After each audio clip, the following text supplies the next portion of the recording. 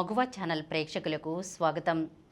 ఈరోజు మనం నాసా శాస్త్రవేత్త, అభినయ శారద డాక్టర్ కావ్య కమల్ ప్రయాణం గురించి తెలుసుకుందాం. అంతరిక్షంలో అద్భుతాలు సృష్టించే శాస్త్రవేత్త, వేదికపై అభినయ ముద్రలు వేసే కళాకారిణి, అమెరికా అంతరిక్ష పరిశోధన సంస్థ నాసాలో స్పేస్ సూట్లు డిజైన్ చేస్తూనే తిరుమల నాదనీరాజనం వేదికపై భరతనాట్యంతో పరవశింపజేసిన డాక్టర్ కావ్య కమల్ మన్యపు స్ఫూర్తిదాయక ప్రయాణం ఇది. ప్రపంచ దేశాలను శాసించే అంతరిక్ష పరిశోధనా సంస్థ నాసాలో ఆమె ఒక మేధావి. అంగారక గ్రహంపై మానవుడు అడుగుపెట్టేందుకు అవసరమైన స్పేస్ సూట్లు తయారు చేసే కీలక బాధ్యత ఆమెది. కానీ ఆ ప్రయోగశాల నుంచి బయటకు రాగానే ఆమె ఒక అభినయ శారద. తన పాదముద్రలతో భరతనాట్య వైభవాన్ని విశ్వవ్యాప్తం చేస్తున్న డాక్టర్ కావ్య కమల్ హైదరాబాద్ మట్టిలో పుట్టి అమెరికా ఆకాశంలో మెరుస్తున్న ఆణిముత్యం. కావ్య విజయానికి పునాది ఆమె తండ్రి రాఘవరావు చేసిన అపురూపమైన త్యాగం. హైదరాబాద్లోని ఇండియన్ బ్యాంక్లో మేనేజర్గా స్థిరమైన ఉద్యోగం చేస్తున్న ఆయన తన కూతురిలో అంతరిక్షం పట్ల ఉన్న అమితమైన ఆసక్తిని గమనించారు. చిన్నతనంలో చందమామను చూపిస్తూ తల్లి మంజులా చెప్పిన కథలు కావ్యలో శాస్త్రవేత్త కావాలనే బీజాన్ని నాటాయి. కూతురి కళ నెరవేరాలంటే అమెరికా వెళ్లడం ఒక్కటే మార్గమని భావించిన రాఘవరావు 45 ఏళ్ల వయసులో సాఫ్ట్వేర్ కోర్సులు నేర్చుకుని ఉద్యోగాన్ని వదిలి మరీ విదేశాలకు వెళ్లారు.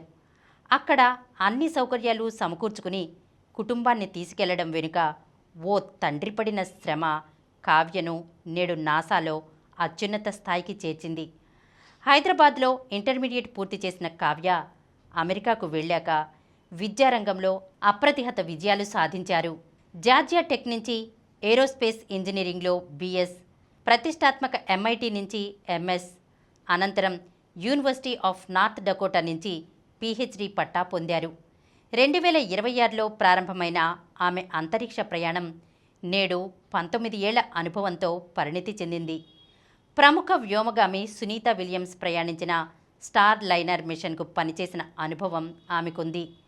ప్రస్తుతం నాసా ప్రతిష్టాత్మకంగా చేపట్టిన ఆర్టెమిస్ ప్రోగ్రాంలో భాగంగా చంద్రుడు, అంగారక గ్రహయాత్రలకు వ్యోమగాములు ధరించే అత్యంత క్లిష్టమైన స్పేస్ సూట్ల అభివృద్ధిపై ఆమె పరిశోధనలు చేస్తున్నారు.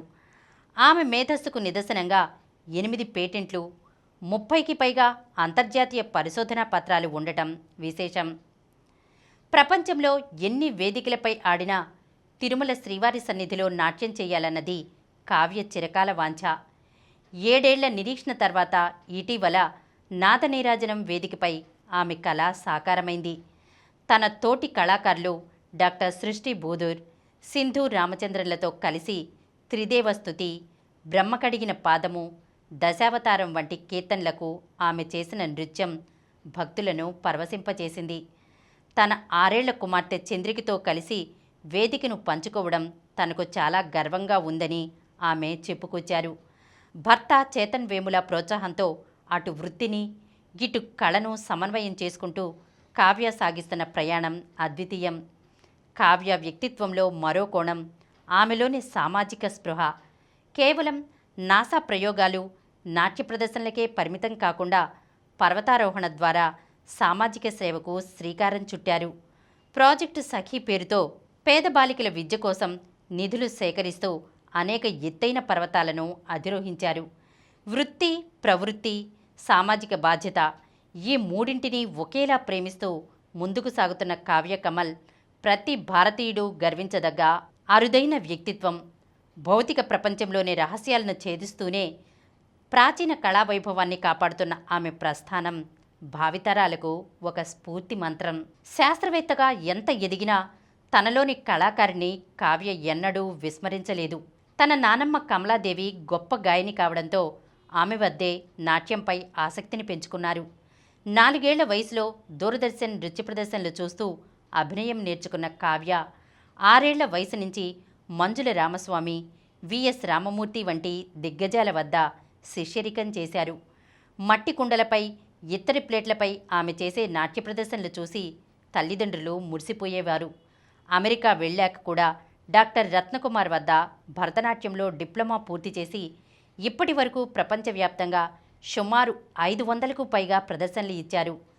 1998లో అప్పటి రాష్ట్రపతి కెఆర్ నారాయణన్ చేతుల మీదుగా బాలశ్రీ అవార్డును అందుకోవడంతో పాటు రాష్ట్రపతి భవన్లో నాట్యం చేయడం ఆమె జీవితంలో మరపురాని ఘట్టం. ఈరోజు మనం నాసా శాస్త్రవేత్త, అభినయ శారద డాక్టర్ కావ్య కమల్ గురించి తెలుసుకున్నాం కదా. మరొక అంశంతో మళ్ళీ కలుద్దాం. ఈ కార్యక్రమం మీకు ఎంతో నచ్చింది కదా.